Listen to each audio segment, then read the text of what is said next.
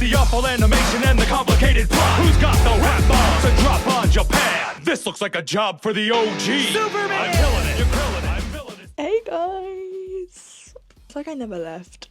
Also, I don't know if I'm blocking it, but yes, I'll still address it. Those are FNAF 1 and FNAF 2 dioramas that I made for my little figures. Because for a while, they were just standing on an empty void called my shelf, but now they thrive. I'm 22 years of age. But today, I'm here to talk about Superman 2025. I watched it not once, not twice, not three, I watched it 3 times in the cinema. I've seen so many reaction channels react to Superman that I've basically seen it 14 times. So the first time I watched Superman, it was great, but the second time, oh my goodness gracious. Okay, so I pre-booked mine and my friend's tickets just to get it off of the brain. Okay, cool. And I choose where we were going to sit, which was at the back, and there was no one near us. But then on the day, I double checked to see if it was going to be busy, because you can look on the app to see the seating chart, whatever. No joke, us and some random person next to us. I think, oh, that's a little strange. But then fast forward when we get there, yeah, there's more people now because people booked their tickets. We go to our seats and there's a guy manspreading. And he has his snacks on his other seat where it was supposed to be ours as well. So I bravely say, while showing our tickets, oh, I think you're in our seats. Thinking he would move because, oh, I'm in their seats. I'm gonna move. Because, you know, I paid for the seats for a reason. But no, he goes, they told me I can sit anywhere. And since it was still fairly spaced out, me and my friend just moved a couple seats down because it's genuinely just not worth it.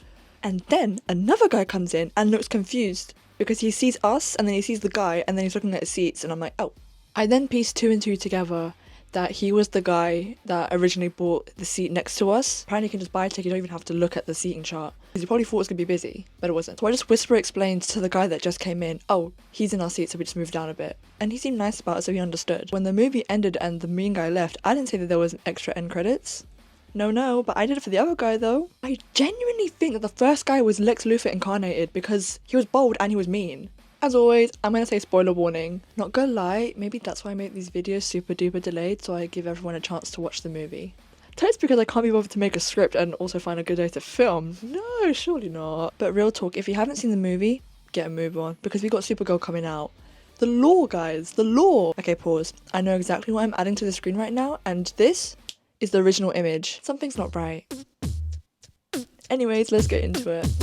Super. I got this girl and she wants me to do. From the past minute or so, I think you guys can tell that I really like this movie. But anyways, a few lines in Superman I did cringe a little bit. Really, it was parts where it was very clear that they just left a big gap for the audience's reaction. Moving on though, the pacing of the film was great, where it blends between each scene where it didn't feel like there was a lot of storylines we had to keep track of, which was nice. And there was a lot of world building and info being mentioned and created, which was nice for me since I've never seen any Superman movie prior. Of course, I knew basic knowledge, but I digress. I did hear there was supposed to be title cards to show what day of the week it was. I'm confused why they removed it, because that would have been a nice little touch.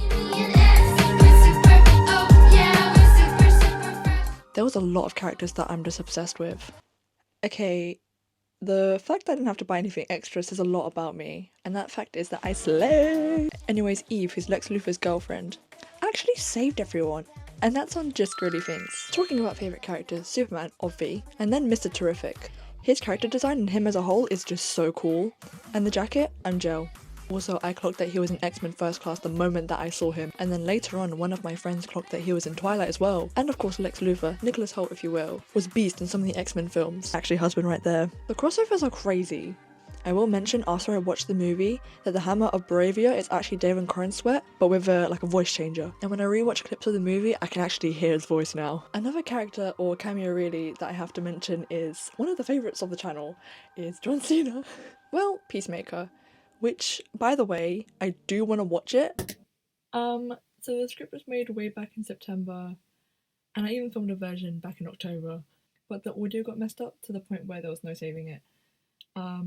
Anyways, the reason why I'm cutting to this segment, as someone who's really into WWE, the mention of John Cena, as silly as it sounds, feels like I've been stabbed and someone's twisted the knife. I watched his final match live. I was genuinely in a crying fit for a while, even days later too. At least I was able to see him back in March 2025, even though I was in the nosebleeds. Love you, King, big part of my childhood. Back to the video. Okay. Now, because I somehow didn't see any of the promotional stuff for this movie, I didn't see that Beck Bennett was going to be in it. I don't play about Beck Bennett. Him and Carl Mooney were the only reason that I watched SNL. Their humour and dynamic is just great, and I've made the realisation that they remind me of Shane and Damien from Smosh. Savour these thoughts in comments, guys. They don't come often. The last character I'll mention, actually, it's not even a person, but rather an animal. And that animal is Joey! I'm joking, obviously, of course I mean Crypto, but since we are on that topic, I did not care for that baby. There is just so many movies where there's just baby propaganda, as I've coined the term. Call me one of Lex Luthor's monkey bots, but rattle it like you're coddling a baby from Tomodachi Life. And chuck that thing to the Pixel River going towards that black hole. Get anyone. But that's just my personal ideology because I'm not the greatest fan of kids. It's just that there's multiple movies I've happened to see where the plot, or at least most of the plot, is focused around a baby. I don't care. Animals on the other hand. This dog made me sob the first time I watched it, when Lex Luthor and the gang broke into the Fortress of Solitude and put those pellet doodad thingy-mabobs from Big Hero 6 all over his face. I was in a state, but I'm happy to report he lives on.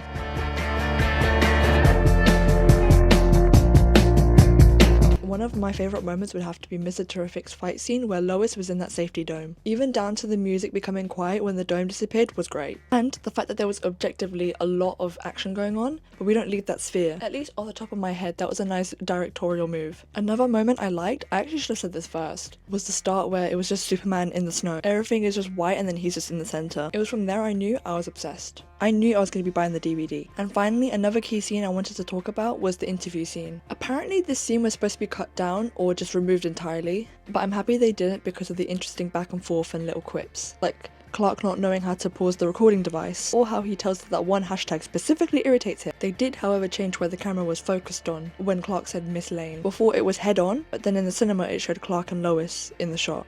Oh, and I wish we saw more Clark Kent scenes, not just Superman. Him in glasses?